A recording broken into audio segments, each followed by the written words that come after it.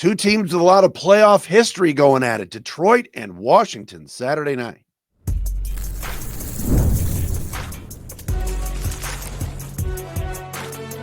You are Locked On NFL Crossover, part of the Locked On Podcast Network. Your team every day. All right, here we go, everybody. It is a Thursday. Locked On Lions and Locked On Commanders. A crossover Thursday brought to you by our friends at PrizePicks. Matt Derry, host of Locked On Lions. David Harrison of Locked On Commanders. We got Detroit and Washington Saturday night. Round 2, NFC playoffs. Lions off a bye, Commanders off. Of course, that big win the other night over the Tampa Bay Bucks. Mentioned it before. Our crossover Thursday brought to you by PrizePicks. Download the app. Use the code Locked On NFL to win $50 instantly when you play $5. Some history here between these two teams. And David, a lot of connections too. There's so many folks with the Commanders, whether it's front office, whether it's Zane Gonzalez, everything. Former Lions sprinkled everywhere. Should be fun Saturday night. Yeah, it should be a lot of fun. I was joking with Martin Mayhew, who of course worked for the Lions organization at one point too, and worked for the Buccaneers organization. And I told him that we're kind of on this like Martin Mayhew revenge tour. Not that there's actual revenge because Martin doesn't have any animosity there, but it's just it's always fun to kind of make those attachments. So it's gonna be a lot of fun. In history, this franchise undefeated against the Lions in the playoffs. That's right. But I mean that history doesn't really apply here, so it's not like there's any curses of anything going on. But we'll see. We'll see if the Lions can do that, because I'll tell you, Matt, like I've loved the Lions story. I was in Ford or at Ford Field last year for the divisional round when the Buccaneers got eliminated. The atmosphere was electric. I mean, to this day, the most electric atmosphere I've ever been in.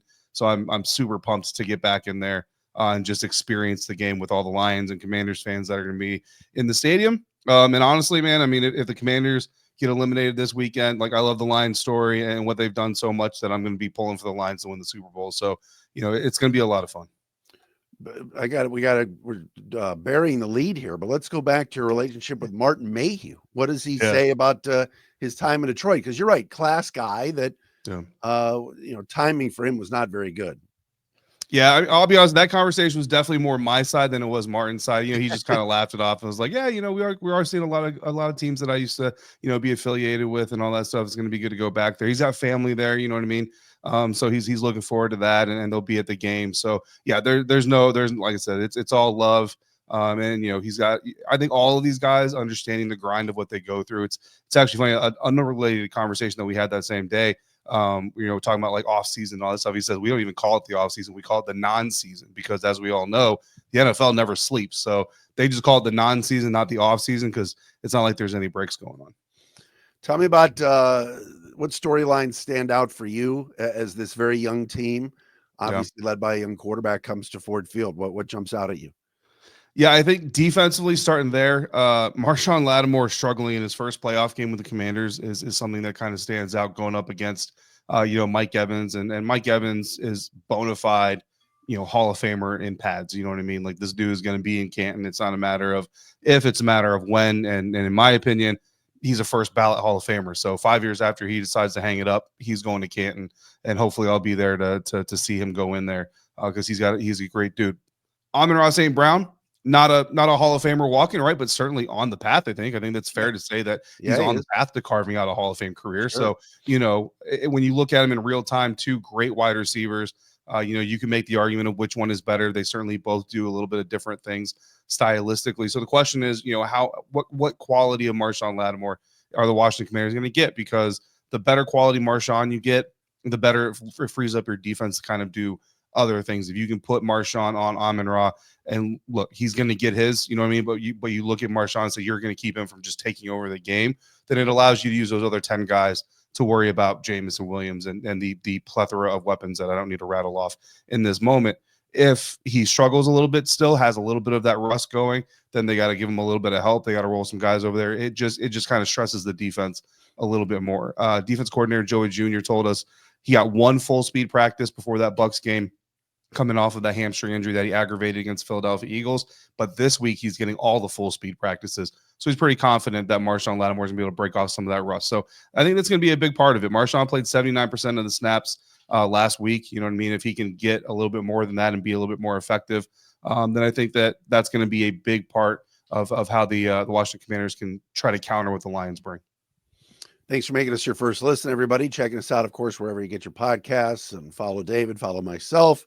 Check us out on our YouTube channels as well. Got to throw that in. All right, what about offensively? I know what I saw against Tampa. Certainly, I mean, Jaden Daniels is special. We've talked about it, and Scary Terry and some of the guys are fun, but I noticed left tackle as being a big problem. How concerned are you about that this weekend in that very raucous Ford Field? Yeah, the rookie Brandon Coleman didn't have his greatest game, against that Tampa Bay Buccaneers pass rush. And to be fair, like the Tampa Bay Buccaneers pass rush is one of the better ones. They're near the top of the league in creating pressures. Todd Bowles does a lot of exotic things, and obviously center Tyler Biadasz is the one setting the protection. So how much of that is Tyler Biadasz getting fooled and calling the wrong set? How much of that is Brandon Coleman simply getting beat? The tape can tell you some of that, but not all of that. I think that what is interesting, Matt, is that early on in the season, something the Washington Commanders were doing a lot more of was chip blocking. They were lining up tight ends offline and putting them in position to chip block on their way out. Receivers like Luke McCaffrey were doing really well at chip blocking before they went out. I go back to that Cleveland Browns game. I mean, that was months ago now, but Myles Garrett going statless against a rookie left tackle is unheard of. And it certainly Brandon did a good job on his own, but that was the chip blocking really helped to accomplish that. And they've kind of gone away from it. Not that they don't do it, and they may even still do it more than most teams in the league, but they just haven't been doing it as much as they used to. Not really sure what the theory behind that or the mantra behind that is, but I do believe that this weekend against the Detroit Lions, you're going to need to see that a little bit more. You're going to need to see some more of those chip blocks, some more of that helping out Brandon Coleman specifically. Because, if you have one lineman struggling, it trickles down to the rest of the line. And that's not something that you want to have in that environment against that defense, especially. What about Jaden Daniels and the poise? I mean, did you expect it to be this good? Obviously, 5 straight wins that have all ended in the last possession. The throw against Philly. Yeah. He's been great, but did you expect this? No, I mean, I don't think anybody can say they expected what we've gotten from Jaden. Poise is something that you really have to experience. Like you can turn on the LSU tape and you can see the swagger, and then takes a big hit, gets right back up and wants to go back at it. You can see all those things, but until you really experience it, it's hard to really put a feel to it. And going back to rookie minicamp, man, like he came in and took charge, but it wasn't like a cocky star quarterback first pick of the draft for the franchise, number 2 overall pick. It wasn't that kind of a confidence or swagger. It was just kind of natural, and I remember the big question for us being, all right, well, when the veterans get in, how's it going to be? And it was the same. And I remember Terry McLaurin being really impressed and telling us in an interview, they ran a route during early practices and they disconnected and they went to the sideline. And, Terry's used to guys being like, okay, next time we run it, we'll do better. But instead, Jaden came over to him and said, hey, man, what did you see on this? Here's what I saw on this. Okay, cool. After practice is over, can we run it a few more times to work on it? And he was just taken back because he's like, that's not something you usually see from a young quarterback. And then we get the stories of him doing his own walkthroughs before the official walkthrough, which I always laugh. It's like the pre-planning meeting that everybody hates at work. But for a quarterback, that's really valuable. And even doing post-workout stuff. It's not stuff, conversations that I can fully report on or whatever, but I've seen him, other guys are in meetings and there's no quarterback meeting. And I've seen Jaden Daniels walking into the outside bubble while he has nothing to actually officially do to get some more work in, to do some more things on his own. Like the dude loves ball. And I think that's where a lot of it comes from. Like this isn't a job to him. It's a passion. You know what I mean? And it's something that no matter what he's doing, we talked about the bye, is it going to be good to get away from football? He's like, yeah, never really away from football though. Like the dude just bleeds and breathes football. And that's why no matter what environment he's in, no matter what's happening to him, he's always having fun. There's a clip. I think it's 4 or 5 Falcons defenders. If I remember correctly, the game, don't quote me on the game. There's a video out there of him getting tackled by like 4 or 5 dudes at one time. And in the midst of being tackled, he's laughing. You know what I mean? And it's not like a disrespectful, oh, you're soft. It's like, it's a dude having fun playing ball. So I think that's where a lot of that poise comes from. But no, man, it's been incredibly impressive. You hear the Commanders story. Let's get some storylines about the Detroit Lions. Of course, the 1 seed in the NFC, fresh off a bye. We'll do that next. David will throw some stuff at me, Matt Derry, David Harrison, Locked On Lions Locked On Commanders Thursday crossover.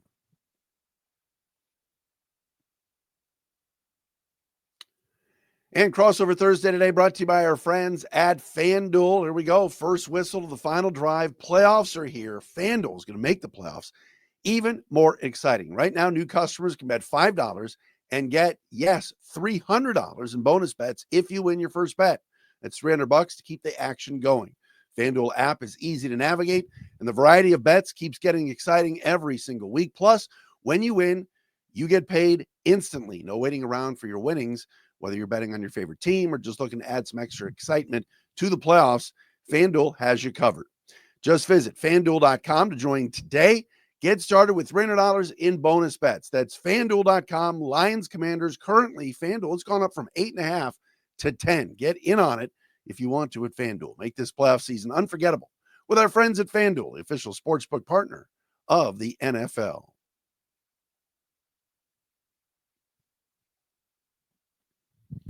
Matt and David with you. Locked On Lions, Locked On Commanders. Thursday crossover. Always great to talk to David Harrison. Find him everywhere on this network, by the way.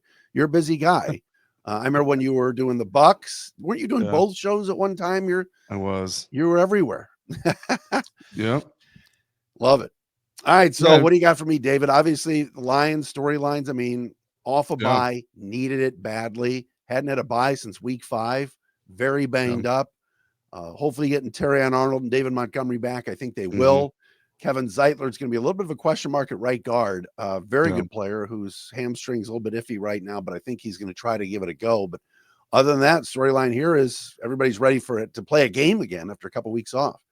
Yeah, absolutely. And I've been listening to some Detroit Lions, press conferences and locker room interviews, and I think every guy kind of talks about that. And it's interesting because you mentioned the Locked On Bucks podcast. My last episode was that divisional round episode. Once the Buccaneers season was over, my time with Locked On Bucks was over. Hopefully, I'm not flying home from Detroit off work anymore. That's this time around. It's going to become one of those traditions for me to go to Detroit and then go into my off-season mode, I guess. But my question there, I mean, you kind of already mentioned it there. I want to talk about Kevin Zeitler. Like that to me is going to be big. A little bit of a bias there. I was really heavy on wanting the Washington Commanders to go after Kevin Zeitler. So obviously I've got an affinity for him. I think he's a really talented dude. And we talked about the offensive line. Like if one piece struggles, then the rest of it can really be impacted by that. So how big of a concern is the potential of Kevin Zeitler not being able to play against this Commanders defense? See, I'm with you. I love when the 5 starters are out there. Look, every game you're going to have some things happen. Lions played without Taylor Decker for parts of this year. They played without Frank Ragnow for a game or two. Zeitler's been out. Penei Sewell's pretty much been there, knock on wood, every week. But they've got a kid in Christian Mahogany, and I know you follow the draft, who they took in the 6th round, who they really like. And so Graham Glasgow missed a game at the end of the year, and Mahogany filled in nicely at left guard, did a really nice job. And I think people were like, wait a minute, he was sick for most of the preseason. He was deactivated, wasn't ready. He finally started practicing. And I think they feel like with Zeitler on a 1-year deal, look, they'd love to bring him back, and I think he'd like to come back. But if he were to walk in a multi-year deal, and look, the Lions can't pay everybody. They've already started paying most of their guys. You can't keep everybody. I think they'd be comfortable putting Mahogany in there either at left or right guard. Glasgow's moved around his whole career. So not a huge drop off if he's not there, but this O-line is kind of the heart and soul of this team. And when one guy's out, it could cause some problems, especially with some of those interior guys that you guys have in Washington that are very, very good. Yeah. I would love to sit here and be like, Chris is a dude that I saw pre-draft, and man, I really liked him, but that's not true. But I'm super happy to see. I was doing some studying last night, and I saw that. And I was like, man, this dude has been balling when he gets a chance, and that's all you can do, especially as a rookie, drafted where he was drafted. So happy for him to do that. But yeah, if Zeitler can't go, Joe Witt Jr. is kind of a straight up dude. It's like he's not really the kind of guy who's like, well, here's where I think your new weakness is, so I'm just going to overly exploit it like some defensive coordinators will. Some of that frustratingly, right? The Buccaneers lost Jamel Dean, their starting cornerback, last week, and there were some Commanders fans who were like, why aren't they targeting his replacement and just going after him like some will do? But Joe, he just kind of sticks to his game plan. So that's kind of the plan there. But obviously, if Zeitler can't go, that's going to be a point of emphasis that everybody's going to be watching. You mentioned that line, Matt, expanding. I was already offended that the line in this game was bigger than the line between the Texans and Chiefs, but that's a different discussion. But I think that line is spreading because Bobby Wagner, Commanders linebacker, hasn't practiced at all. Thursday, we'll see if he can go at all. Look, he's the kind of vet that can miss practice all week and still play, but you'd love to see him get at least one practice in to have some confidence there, right? If Bobby Wagner can't go from a Lions perspective, run game, middle of the field pass defense, how much of an advantage do you think that gives the Lions versus with Bobby Wagner in there? Oh, I think it's huge. And look, that's a solid. That's that you mentioned Hall of Fame with Mike Evans. Bobby Wagner's going too. So that's the kind of loss that could really affect the Commanders. Look, you're talking about that fast track at Ford Field. So I always like to say the Lions really put up a lot of points. This offense is something else. And now you're finally starting to see at the end of the year, Jared Goff and Sam Laporta have that kind of connection that they had last year. Sam didn't have a Pro Bowl year this year, and that's okay. He's a second year, sophomore tight end, if you want to say, in the NFL. Really good player. I think no Wagner could mean middle of the field for Laporta. Obviously, St. Brown lives and eats in there. And the Lions running game getting Montgomery back. Look, even without Montgomery, Jahmyr Gibbs was playing like I'm not going to compare him to Barry Sanders, but it was close. I mean, he was the numbers he's put up have been unbelievable. More touches. And that's the thing I mentioned on the Wednesday show.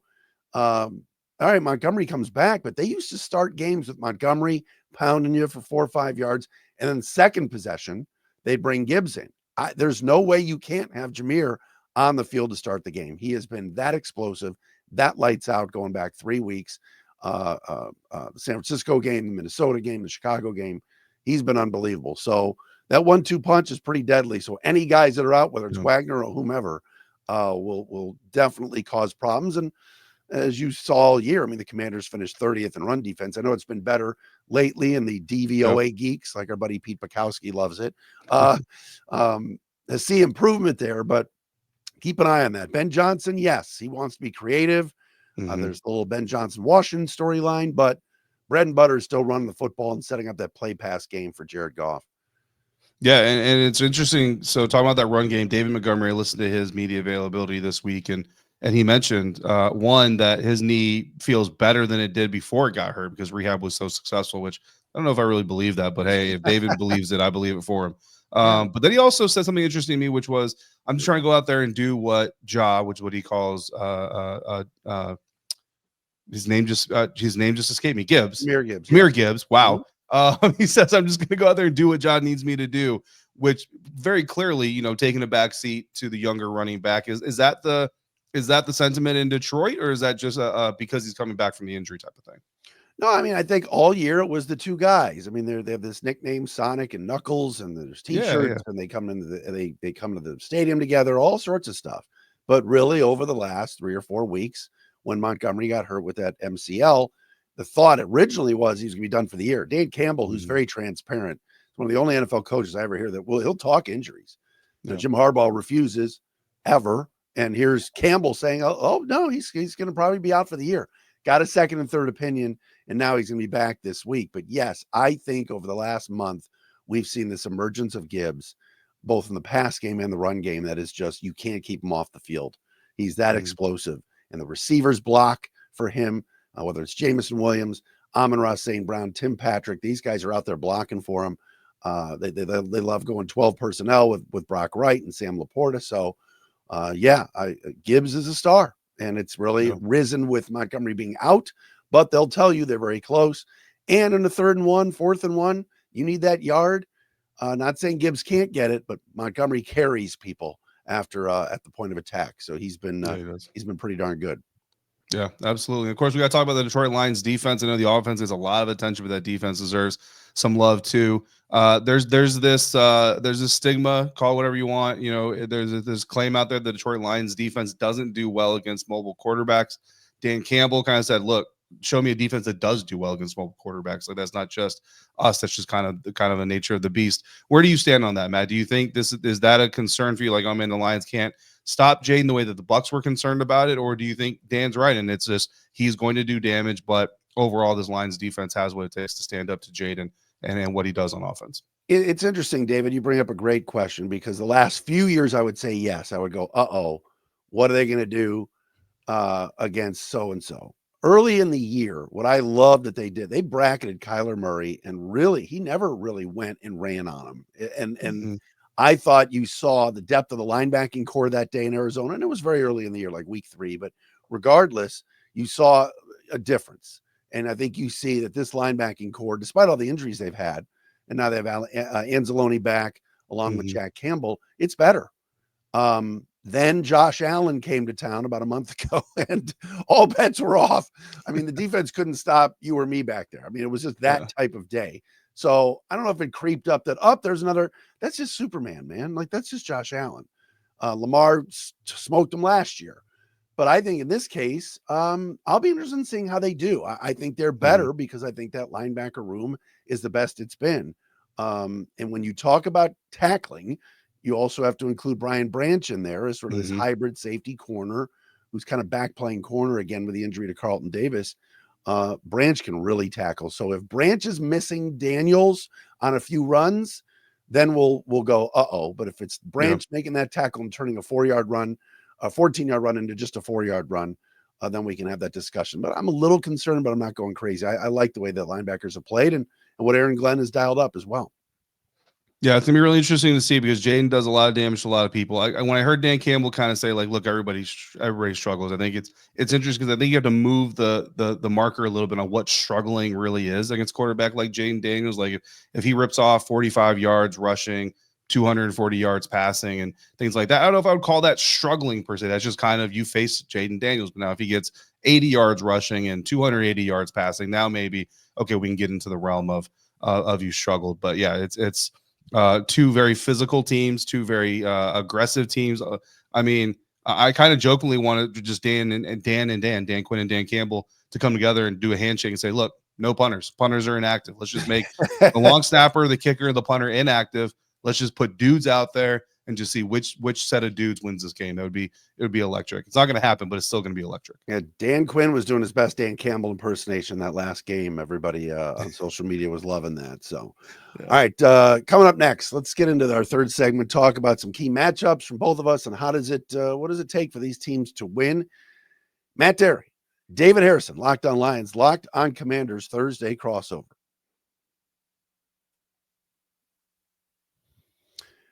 And our crossover Thursday today also brought to you by our friends at Rocket Money. Did Rocket Money help you find any subscriptions you forgot about or that you were paying for twice? So that's happened to me. And I've had a few subscriptions I didn't even realize I'm still paying for. Rocket Money makes it easy to track them all down.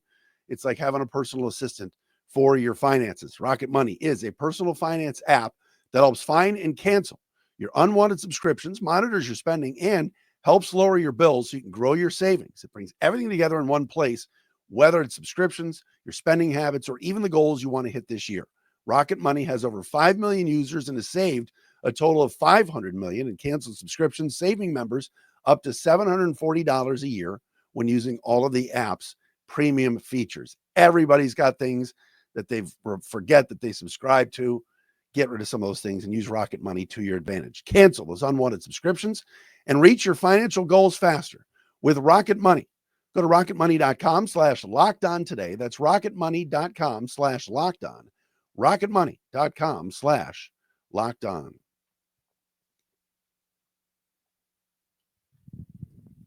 Thursday crossover, Lions and Commanders getting ready for Saturday night's game, 8 o'clock Eastern on Fox. Yes, David, Tom Brady, Ben Johnson, and Lance Newmark all in the same building. Yeah. That's all I'll say. How about this? Give me some matchups. What stands out for you on the Commander side that maybe concerns you or that you like in terms of what you're seeing on the other side? Yeah, I think what really stands out is, again, Marshawn Lattimore versus Amon-Ra St. Brown. Like you want to see best go against best, and I don't think Marshawn Lattimore is going to follow Amon-Ra so much as he's going to have his assignment. This look, it might be the X. And if Amon-Ra just happens to be the X every time they get into those looks, it's going to look like he's following him a little bit. So there's going to be a little bit of following, a little bit of not following, but I don't think he's going to be attached to his hip.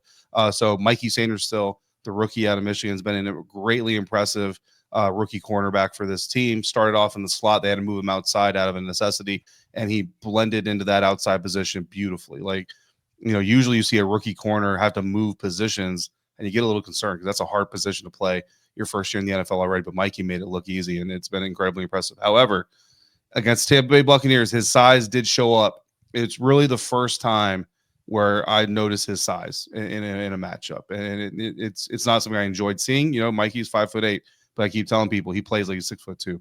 You know what I mean? And he really does. So I need to see if that can kind of return in this game. I don't know if that was just maybe rookie nerves, the first playoff game, or if the Buccaneers were doing something specifically. But whether it's Amon-Ra, whether it's Jameson Williams, or trying to help with stopping the perimeter run and making a play there, need to see Mikey playing big again. And I'm confident that his confidence has never wavered, but I'm confident that we can see that version of Mikey again. And then Quan Martin, those three DBs, Quan Martin keeping the lid on defenses. The Washington Commanders are top 10 in preventing explosive passes against opponents. And I think Quan Martin has been a big reason why. Talking to Quan, he's very excited for this competition because he knows, like, if you want to be known as one of the best, you got to go up against the best, and you got to perform. So he's looking forward to the challenge this weekend. But I think that is going to be, as much as Jahmyr Gibbs is going to do, David Montgomery. I actually look back at the Lions' losses, and like offensively, it's not like these players weren't getting numbers, right? Like you look back at the Lions' losses, guys are still getting numbers. Oh yeah, but the opposing defense is doing enough to prevent the Lions' numbers from taking over the tempo of the game. That's what the Commanders' defense has got to do, is prevent the Lions. They're going to produce, but don't let them produce so much that they just run you out of their own building. No, I think that's all great stuff, and I think you're spot on a lot of things. I'll add in on the Lions side. I mean, the Kingsbury-Glenn matchup is interesting. Aaron Glenn has been getting interviews for head coaching jobs again, just like Ben Johnson. Aaron has done an unbelievable job. Everybody's like, he's ready to be a head coach. He's really out-schemed the opposing team's OC, or even Kevin O'Connell 2 weeks ago, the head coach. I mean, Aaron Glenn put on a show, and then of course Chris Shula kind of did what Aaron Glenn did last week. So against Minnesota for the Rams, and that worked. They attacked Sam Darnold, which we could talk about all day here. But bottom line is, I just think Cliff Kingsbury has done such a great job there that now it's all right. How does Aaron Glenn, you're right, limit what Jaden Daniels can do with the football? Linebackers are, like I said, have been better. Pass rush has been okay. It was great against the Vikings because they sent a lot of people. They blitzed a lot of people. Will they be able to do that with Daniels' escapability? Darnold has none. Daniels has a lot. So what's the chess match between those two guys? I think is interesting. And also, I want to watch Frank Ragnow and Deron Payne, and I just think that's fun to watch. I think that's one of the best centers in the game. I know Deron got hurt the other night with the finger, but I like watching him play too. I just think he's a game wrecker at times. So I love that interior of the Commanders' D line. Lions interior of their O line's been good. So like that'll be a fun matchup to watch. What do the Commanders do? How do the Commanders pull this off, David? What stands out that maybe is something that they do it well, they can spring the upset here? Yeah, so I think the three things that the Commanders have to do, and I try to do this, Matt, and I pull no punches on it. I try to tell my listeners, if they do these three things, they will win. Like I tell you, I'm guaranteeing as much as I can guarantee as a show host that they do these three things. If they green check mark all three of these things, they will win. Those three things this week: no more than 60% of the Lions' drives can produce touchdowns, and even 60% is iffy, right? Even 60%, you're kind of on the cusp, and this is where I'm putting myself at risk, because the Lions could get 60% touchdowns on 60% of their drives, do these other two things and potentially still win because they're that good of a team. But I went back through and I looked at their losses. I looked at the close games that they had, the one-score margin of victories that the Lions had, and that pretty much seems to be the sweet spot. If you let them score, if they get say 5 scoring possessions and 3 of them are touchdowns, you're probably going to lose. But if you can get that to 2 out of 5 or 3 out of 6 or 2 out of 4, whatever it is, then you have a better shot. So that's a big one. Gibbs and Montgomery, obviously massive parts of this game. What you can't do is let them take over the game. The Washington Commanders did a very good job against Bucky Irving and Rachaad White last week against Tampa Bay Buccaneers. I think that's a good warm-up for this group. I really like Rachaad. I really like Bucky. I think Gibbs and Montgomery are just better. The line is probably a little bit better. So at least specific in some spots. Tristan Wirfs is all-pro left tackle, but I think it's not a copy-paste. You can't just defend the Bucs run game and then copy-paste it to the Lions. But if you can prevent Gibbs and Montgomery from just fully taking over, then that'll give you a fighting chance. And then you have to get the Commanders' ground game going besides Jaden Daniels. That's something that's been missing. Brian Robinson has not been the same in really over like the last month. Chris Rodriguez is the other power back. He was inactive against the Buccaneers. They've got 4 running backs on their active roster, so usually one of them is inactive. Chris was the guy who's inactive. I kind of feel like they need to have him active because if B-Rob can't get it going for whatever reason, they need to try to get Chris Rodriguez in there, because what teams don't do, you know this, Matt, they don't run against the Lions. However, statistically, and stats, can be deceiving, the Lions are actually giving up 4.1 yards up the middle, 4 yards per run on the perimeter. Some of that might be that they're dropping back in pass sets because they're leading games. Certainly context matters in those numbers, but the bottom line is if you can get the running backs involved as a part of this game on the Commanders' offensive side, it only makes things easier for Jaden and makes them more dangerous. On Detroit's side, number one, and you're right, by the way, Austin Eckler's in-laws live here. Little known fact. So I didn't know that. Yeah. Nice little homecoming for him. Oh yeah. Here's what's interesting. I think for the Lions, it's simple. I mean, this crowd has got to be revved up, and they will be. I mean, you were in this building last year for the Tampa game. I just think rattling Daniels early, let's say there's let's say Commanders get the opening kick. Let's say there's a penalty, something, you get them pushed back and you get that crowd revved up from the beginning and you kind of just rattle this. He's been unrattleable, if that's even a word, all year, but man, this is the Ford Field. This is the second round, and just get in his face a little bit. I think the way that they just completely took Sam Darnold away from Jump Street 2 weeks ago is the same type of scenario. I'm not saying they're going to hold the Commanders out of the end zone. I mean, I don't think the Lions defense is going to do that this week, but that was something else. So I think that's very, very important. Jack Fox is a big weapon for this Lions team, and I know people are going to go punter. Yes. Yeah. Field position, keep making the Commanders go the length of the field. This is not Dan Fouts to Wes Chandler and John Jefferson here. Weird.